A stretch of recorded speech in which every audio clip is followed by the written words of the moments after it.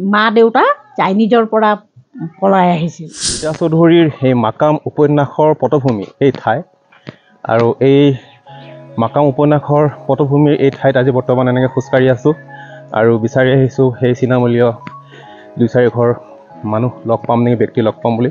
ইতিমধ্যে 2 ঘৰ লগ পালোঁ আৰু এঘৰ ইফালে আছে বুলি আমি খবৰ পালোঁ। তালৈকে গৈ আছোঁ। এয়া হ'ল চিনাপত্তি আৰু চীনা পৰিয়াল বিচাৰি আহি এয়া মাকুম, এয়া হ'ল তিনিচুকীয়া জিলাৰ মাকুম পালোহি। মাকুম ৰেলৱে ষ্টেচনৰ এয়া হ'ল পৰিৱেশ। এই মাকুমক আগতে চাইনা টাউন হিচাপে জনাজাত আছিল আৰু চাইনা টাউন হিচাপে মানুহে কৈছিল এয়া হ'ল চাইনা টাউন, এয়া হ'ল মাকুম। এই মাকুমৰ আশে পাশে আছে বহুতো চীনামূলীয় পৰিয়াল। বলকচোন তেওঁলোকক বিচাৰি যাওঁ। মাকুম ৰেলৱে ষ্টেচন ভাৰতীয় ৰেলৰ আটাইতকৈ পূবত থকা ৰেলৱে ষ্টেচন। এইখিনি নামে চিনাপত্তি। এটা সময়ত ইয়াতে চাইনিজ মানুহ আছিলে। মাকুম এই শব্দটো চীনা শব্দৰ পৰা উৎপত্তি হোৱা, যাৰ অৰ্থ হ'ল মিটিং পইণ্ট। এটা সময়ত এয়া মিটিং পইণ্ট আছিল চীনাসকলৰ। আৰু মাকুমতে আছে চীনা বিদ্যালয় আৰু সেই চীনা বিদ্যালয়খনো মই দেখাবলৈ চেষ্টা কৰিম ক'ত আছে। আৰু ইয়াতেই এই মাকুমতে বহুতো ইয়াতে চীনাসকলক আবদ্ধ কৰি ৰখা সেই কাৰাগাৰটোও দেখাবলৈ চেষ্টা কৰিম। বলকচোন আগলৈ যাওঁ। আৰু এয়া হ'ল চিনাপতি। এই ঠাইবোৰ যে দেখিছে, এই ঘৰবোৰ যে দেখিছে, এটা সময়ত ইয়াতে চীনাসকলে গিজগিচাই আছিল, কিন্তু এতিয়াও আছে। এতিয়াও চীনা পৰিয়াল কেইটামান আছে আৰু কিছু দূৰ গ'লে আমি পাম। আৰু অকণমান আগতে এই টাৰ্ণিংটো ল'লে আমি তাতে চীনা পৰিয়াল 2-4টা আছে, তাতে পাম। বলকচোন যাওঁ। আৰু এয়া হ'ল পৰিৱেশ। এটা সময়ত ইয়াত চীনাসকলে ইয়াতে গিজগিচাই আছিল, চীনাসকলে কাম কৰিছিল, চীনাসকলে বিভিন্ন কৰ্মক্ষেত্ৰত নিয়োজিত হৈছিল। এয়া মিং কোম্পানী এইবিলাক চীনা মানুহৰে আছিলে। এতিয়াও এইখন চিনাপতি ন? এইখিনি চিনাপতি। এইখিনি চীনামূলীয় মানুহ 2-1 ঘৰ ক'ত আছে ন? এইখন হয়, এয়া ঘৰ আছে। আচ্ছা, 1962 ইয়াতে কিবা তেনেকুৱা ধৰণৰ মানুহখিনি একেলগে জমা কৰি ৰখা বুলি শুনা পাইছিলোঁ। তেনেকৈ ৰাখিছিলে। আমাৰ ইয়াতে আপোনাৰ বৰগোলা বুলি কয় জেগা এটুকুৰা আছে, তাতে মানে গোটেইবিলাককে জমা কৰি তাতে ৰখা হৈছিলে। হয়, 1962ত যেতিয়া ভাৰত আৰু চীনাৰ সেইখিনি সময়ৰ সেই যুদ্ধখন হৈছিল, তেতিয়া চোৰাংচোৱাৰ সন্দেহ কৰি ইয়াতে বৰগোলা নামৰ ঠাই এটুকুৰা আছে, তাতে তেওঁলোকক বন্দী কৰি ৰাখিছিল। চীনামূলীয় ব্যক্তি নামটো হ'ল লম্ভু সিনহা। তেখেতৰ ঘৰৰ ফালে গৈ আছোঁ, চাওঁ লগ পাওঁ কি নাপাওঁ। তেখেতৰ ভাতৃক লগ পালোঁ আৰু তেখেতৰ ভাতৃয়ে তেখেতে এইফালে আছে বুলি জনালে। আৰু বলকচোন চাওঁ আগলৈকে। এই হ'ল মাকুমৰ সেই বিখ্যাত গাঁও চিনাপত্তি। লি লুং ৱা উৰ্ফে লম্বু সিনহা, তেখেতৰ ঘৰ বিচাৰি পাইছোঁ। বলকচোন এনেকুৱা পৰিৱেশত আছে তেওঁলোক। 1962 চনৰ যুদ্ধৰ সময়ত, চীন ভাৰতৰ যুদ্ধৰ সময়ত এই চাইনা টাউন খ্যাত এই চাইনা টাউনক ভাৰত চৰকাৰে বন্ধ কৰি দিছিল। আৰু বন্ধ কৰি দিয়াৰ পিছতো বহুতো চীনা লোক এই মাকুমত থাকি গ'ল। বলকচোন বৰ্তমান এটা ঘৰ পাইছোঁ। এয়া হ'ল লি লুং ৱাৰ পৰিয়াল। কেনেকৈ আছে, কি কৰিছে তেওঁলোকৰ বিষয়ে। হয়, এইটো এটা চীনামূলীয় পৰিয়াল, লি লুং ৱাৰ পৰিয়াল। আৰু তেখেতে এনেকৈ আছে বৰ্তমান, লি লুং ৱাৰ পৰিয়াল। অলপ জানো আহকচোন বাৰু তেওঁলোকৰ বিষয়ে।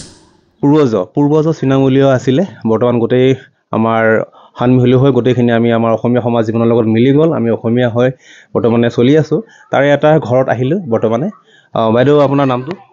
ৰিংকু লি। কি ক'লে? ৰিংকু টাইটেল লি। ৰিংকু লি। টাইটেলটো মানে চাইনিজ টাইটেল আৰু লিডুটো এনেকৈ পাইছিলোঁ, জন লি বুলি এজনক লগ পাইছিলোঁ, তেওঁলোকৰ টাইটেলটো লি। আৰু আপোনাৰ হাজবেণ্ডৰ নামটো? লু লিন ৱাহ। আচ্ছা, লু লিং ৱাহ। আচ্ছা, লু লিং ৱাৰ এইটো হ'ল পৰিয়াল। আৰু আপোনাৰ এই শহুৰ? মোৰ শহুৰৰ নাম হ'ল লিচিৱেন। বৰ্তমান নাই তেখেতে? তেওঁ বৰ্তমান নাই, ঢুকাল। 1-1.5 বছৰ হৈ গ'ল। তেওঁ মানে আহিছিল? তেওঁ আহিছিল কলিকতাৰ পৰা। কলিকতাৰ যিখিনি চীনামূলীয় মানুহ আছে, আমাৰ ভাৰতবৰ্ষৰ কলিকতাত বহুখিনি চীনামূলীয় মানুহ আছে, বৰ্তমান চাইনিজ ইণ্ডিয়ান সেইখিনি। তেওঁ তাৰ পৰা আহিছিলে, এখেতৰ শহুৰ দেউতা। আৰু তেখেতৰ আমাৰ শহুৰ মা দেউতা চাইনিজৰ পৰা পলাই আহিছিল। আচ্ছা। তাৰপিছত কলিকতাত আমাৰ দেউতাহঁতৰ মানে জন্ম। এওঁলোকৰ আৰু পৰিয়াল আছে, চেন্নাইত আছে। আগত কলিকতাত আছিলে, তাৰপিছত গৈ চেন্নাইত বাসিন্দা হৈ গ'ল। শহুৰেকৰ 2জন ভায়েক আৰু বোৱাৰী 2জনী। হয়। আৰু আপোনালোকৰ ল'ৰা ছোৱালী মোৰ ছোৱালী এজনী নামটো ঋষিকালী আৰু ঋষিকালী বৰ্তমান ক'ত পঢ়ি আছে? পাইনোত, তিনিচুকীয়া পাইনোত। তিনিচুকীয়া পাইনত পঢ়ি আছে। আৰু এয়া হ'ল এটা থুলমূলকৈ পূৰ্বজৰ চিনামূলীয়া এটা পৰিয়াল। আৰু বৰ বেছি নাই ইয়াতে, মই মাত্ৰ 3 ঘৰহে পালোঁ। মাকুমত এইখিনি 3 ঘৰহে পালোঁ। আৰু লিডুত মই 4 ঘৰ পাইছিলোঁ। আৰু তেনেকৈ অসমীয়া সমাজ জীৱনৰ লগত মিলি অসমীয়া বিহু, অসমীয়া পূজা সকলো মিলি একাকাৰ হৈ বৰ্তমানে তেওঁলোকে চলি আছে। আৰু এয়া হ'ল আমাৰ ভাৰতীয় এটা পৰিয়াল বৰ্তমান। আৰু এতিয়া ক'ৰবাত যোগাযোগ আছে নেকি বাৰু? আমি যাওঁ, চেন্নাই গ'লে তাত পৰিয়ালৰ লগত লগ হওঁ, তাত এনেই থাকোঁ। মানে ভাৰতৰ বাহিৰৰ চাইনা, হংকঙৰ তেনেকুৱা ফালৰ মানুহ ইয়াত আহে? হংকঙৰ পৰা আহে, মানে বহুত বছৰ পিছে পিছে আহে। এবাৰ আমাৰ শহুৰেক থাকোঁতে আহিছিলে। তাৰপিছত তেওঁলোকৰ দেউতাৰ মানে তাত সম্পত্তি আছেতো শহুৰেকৰ, এই হংকং। হংকঙত আছে। তেতিয়া মানে এওঁলোকে মানে ভাগ ল'ব নেকি বুলি আহিছিলে। তাত যাবলৈ মানে খুব খাটনি ধৰিলে দেউতাক। তো দেউতাই ক'লে মোৰ ল'ৰা ছোৱালীবিলাক ইয়াত জন্ম হ'ল, ভাষা ক'ব নাজানে, তাত যাবও নোখোজে। তাৰপিছত মানে সেই পৰিৱৰ্তে আৰু আমাক চবক অলপ অলপ টকা দি গৈছে। হয়। আৰু এওঁলোকৰ পৈতৃক সম্পত্তি, শহুৰ দেউতাৰ পৈতৃক সম্পত্তি মানে হংকঙত আছিলে। আৰু তাৰ পৰা মানে বিচাৰিছিল যাবৰ কাৰণে। আৰু ইয়াতে ভাৰতত থাকি, আমাৰ অসমত থাকি ইয়াৰ সম্পূৰ্ণ সংস্কৃতিৰ লগত মিলি গ'ল। আৰু মিলিবলৈ অসুবিধা হোৱাৰ কাৰণে থাকি গ'ল বৰ্তমান ইয়াতে। আৰু এনে ফোনাফোনি হয় নেকি? এনে ফোন কৰে নেকি? মই জনা অৱস্থাত আগত ফোন কৰিছিলে, এতিয়া অহাৰ পৰা মই পোৱা নাই। হয়। আৰু এয়া হ'ল আমি সকলো মিলি, সকলো অসমীয়া আৰু সকলো ভাৰতীয়। এইটো হ'ল এটা সৰুকৈ এটা আপোনালোকক আভাস দিবলৈ চেষ্টা কৰিলোঁ। বাইদেউ যেনেকৈ আপোনালোকে লি উপাধিটো পালে, আৰু মোৰো ভাল লাগিছে লি টাইটেলটো। আৰু যেনেকৈ চাইনাত ব্ৰুচ লি আছে, এই ব্ৰুচ লিৰে আমি বংশধৰ, মানে আমাৰ শহুৰেকহঁত যিটো কাৰাটে ব্ৰুচ লি, যিজন গোটেই বিশ্ববিখ্যাত ব্ৰুচ লি, কোনে নাজানে। আৰু ব্ৰুচ লিৰে বংশধৰ তেওঁলোকৰ লি। আৰু এয়া হ'ল সেইটো পৰিয়াল। আৰু ব্ৰুচ লিৰ লগত ব্ৰুচ লিৰ পৰিয়াল আৰু বংশগতভাৱে এনেকৈ আহি বৰ্তমান এয়া হ'ল নতুন প্ৰজন্ম। এতিয়া চোৱা, আমাৰ ইয়াতে হাজৰিকা, বৰুৱা, বৰা, চাহা, সূত্ৰধৰ বিভিন্ন উপাধি আছে। তোমাৰ টাইটেলটো হ'ল লি, এটা চাইনিজ উপাধি। কেতিয়াবা এনেকুৱা ল'ৰা ছোৱালীয়ে সুধিছেনে যে তোমাৰ টাইটেলটো এনেকুৱা ধৰণৰ কিয়? তোমাৰ মনলৈ ভাৱ আহিছে নেকি যে নামটো অলপমান, উপাধিটো অলপমান এনেকুৱা ধৰণৰ বুলি? কেতিয়াবাতো লাগে, কিন্তু ভালো লাগে, আনকমন হয়। চবৰ চেম থাকে, মোৰ বেলেগ, ভাল লাগে। সঁচাকৈ এটা আনকমন এটা উপাধি লি। আৰু মোৰো ভাল লাগিছে টাইটেলটো, লি টাইটেলটো। যেনে জন লি পাইছিলোঁ মই লিডুত। আৰু ঠিক আছে বাৰু ভালকৈ। এই ইয়াতে আছে চীনাসকলৰ বিদ্যালয়। 1858 চনতে প্ৰতিষ্ঠা কৰা এই বিদ্যালয়খনত চীনামূলীয় লোকসকলৰ ছাত্ৰ ছাত্ৰীক সম্পূৰ্ণ চীনা ভাষাত শিক্ষা প্ৰদান কৰিছিল। আৰু এই পৰিৱেশটো এনেকুৱা ধৰণৰ। আৰু অকণমান দূৰ গ'লে সেই চীনা বিদ্যালয়খন আমি পাম। আৰু বৰ্তমান কেনে অৱস্থাত আছে, কি পৰিৱেশ, গোটেইখিনি জানিবলৈ চেষ্টা কৰিম। তথ্যমতে আজিৰ দিনত আমাৰ চৰকাৰে শিক্ষাৰ্থীসকলক যিবোৰ সুবিধা প্ৰদান কৰিছিল, সেইবোৰ সুবিধা প্ৰদান তাহানিতে চীনাসকলে এই বিদ্যালয়খনত সেইবোৰ গোটেইখিনি সুবিধা দিছিল। আৰু চাওক কিমান বছৰ আগতে, 1962 আগৰ বিদ্যালয় এতিয়াও মাকুমত আছে, চীনা বিদ্যালয় এতিয়াও আছে। ব'লকচোন আৰু সোমাই যাওঁ স্কুলৰ ভিতৰলৈ। 25 চনৰ আগত এইখন বিদ্যালয়তেই চীনা ভাষাৰ এই বিদ্যালয় আছিল। আৰু এই বিদ্যালয়খন পিছলৈ যেতিয়া 1962 চনৰ সেই ঘটনাৰ এই মাকুমৰ পৰা চীনাসকলক কাৰাবাস দিছে, কাৰাবন্দী কৰিছিল। এই পৰিৱেশতে এটা সময়ত চীনা ছাত্ৰ ছাত্ৰীসকলে ইয়াতে খেলিছিল, ইয়াতে পঢ়িছিল। আৰু এয়া হ'ল চীনাসকলে তাহানিতে তৈয়াৰ কৰা এখন বিদ্যালয়। আৰু ইয়াতে পঢ়িছিল, চাওক, অসমৰ এই মাকুমতে পঢ়িছিল চীনাসকলে। আৰু চীনাসকলৰ চীনা ভাষাত ইয়াতে পাঠদান হৈছিল। এয়া পৰিৱেশ। এই গছডালৰ তলতে মুক্তভাৱে শিক্ষা গ্ৰহণ কৰিছিল। আৰু এই গছডাল এতিয়াও এই সাক্ষী হৈ ৰৈ আছে, তাহানিৰ সেই ঘটনাৰ সাক্ষী হৈ ৰৈ আছে। আৰু চাওক, বৃহৎ এক পৰিৱেশ, বৃহৎ এক সুন্দৰ সেউজ। বাইদেউ নমস্কাৰ। নমস্কাৰ। এই বিদ্যালয়খন আগতে কি বিদ্যালয় আছিলে? সেইটো চাইনা বিদ্যালয় আছিলে। চাইনাৰ মানে বহাটো আছিলে, চাইনাকেইটা বহিছিলে আগত। চাইনাটো এই কিনে গুচি গ'ল, তাৰপিছত আমাৰ হিন্দী বিদ্যালয় হৈ গ'ল।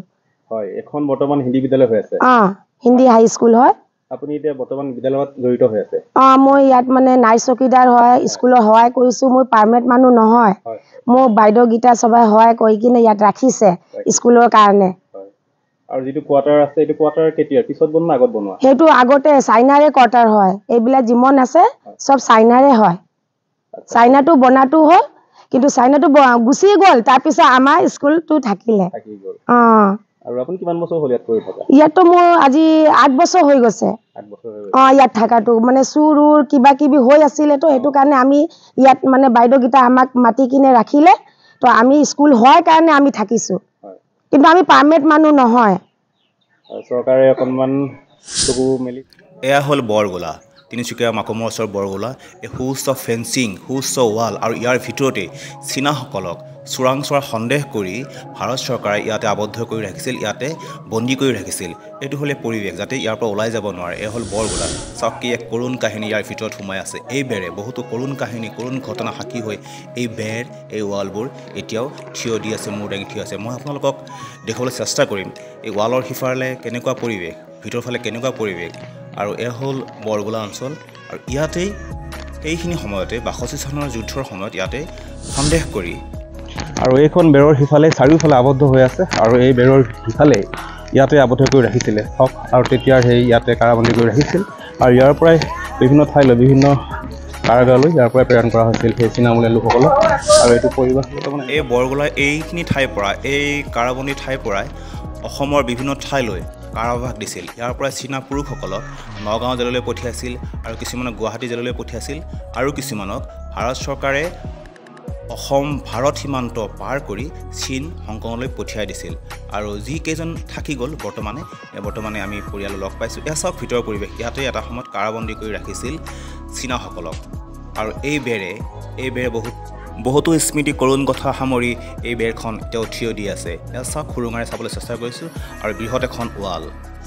তিনিচুকীয়া চহৰত হংকং মাৰ্কেট বুলি এখন চীনাসকলৰ মাৰ্কেট এখনো আছে আহিলে দেখা পাব আৰু এই চীনাসকলক ইংৰাজে 1900 চনৰ আশে পাশে বিভিন্ন কামত জড়িত কৰিবলৈ আনিছিল আৰু বিভিন্ন চাহ বাগিচাত বিভিন্ন কোল ইণ্ডিয়াত কয়লাত এনেধৰণৰ কামৰ কাৰণে এই চীনাসকলক আনিছিল আৰু এই চীনামূলীয়াসকলৰ 2-এটা কোম্পানী এতিয়াও আছে আৰু এই হ'ল ভিতৰৰ পৰিৱেশ আৰু ইয়াতে আবদ্ধ কৰি ৰাখিছিল ইয়াতে আবদ্ধ কৰি ৰাখি অসমৰ বিভিন্ন ঠাইলৈ ইয়াৰ পৰা কাৰাগাৰলৈ প্ৰেৰণ কৰিছিল এই চীনা পুৰুষসকলক হয় কি এক কৰুণ গাথা কৰুণ কাহিনী সোমাই আছে আৰু এই ঘৰবোৰে সেইবোৰ স্মৃতি জীয়াই লৈ সেই স্মৃতিবোৰলৈ এতিয়াও থিয় হৈ আছে এই ভিডিঅ'টো যদি ভাল লাগে আপোনালোকে শ্বেয়াৰ কৰি দিব পিছত আৰু চীনাসকলৰ আৰু 2-4 ঘৰ আছে তেওঁলোকৰ ঘৰলৈ যাম তেওঁলোকৰ সৈতে কথা পাতিম তেওঁলোকৰ আচাৰ ব্যৱহাৰ মাত কথা সকলো আমি তেওঁলোকৰ পৰা আমি শুনিম আৰু বৰ্তমানে অসমীয়া ভাষা অসমীয়া সংস্কৃতি অসমীয়া আচাৰ ব্যৱহাৰ সকলো তেওঁলোকে আকোৱালি লৈ সম্পূৰ্ণ অসমীয়া হৈ পৰিল আৰু এই সাক্ষী হৈছে এই ঘৰটো চাওক তাহানিৰ এটা কাৰাবন্দী কাৰাগাৰ এই ভাৰতীয় চীনাসকলৰ এই চীনামূলীয়াসকলৰ এতিয়াও হংকঙত তেওঁলোকৰ পৰিয়াল আছে এতিয়াও তেওঁলোকে কথা পাতে এতিয়াও তেওঁলোকৰ 3-4 বছৰ মূৰে মূৰে অহা যোৱা কৰে এই মাকুমলৈ এই ভিডিঅ'টো ভাল লাগিলে আপোনাক শ্বেয়াৰ কৰি দিব আৰু অশেষ ধন্যবাদ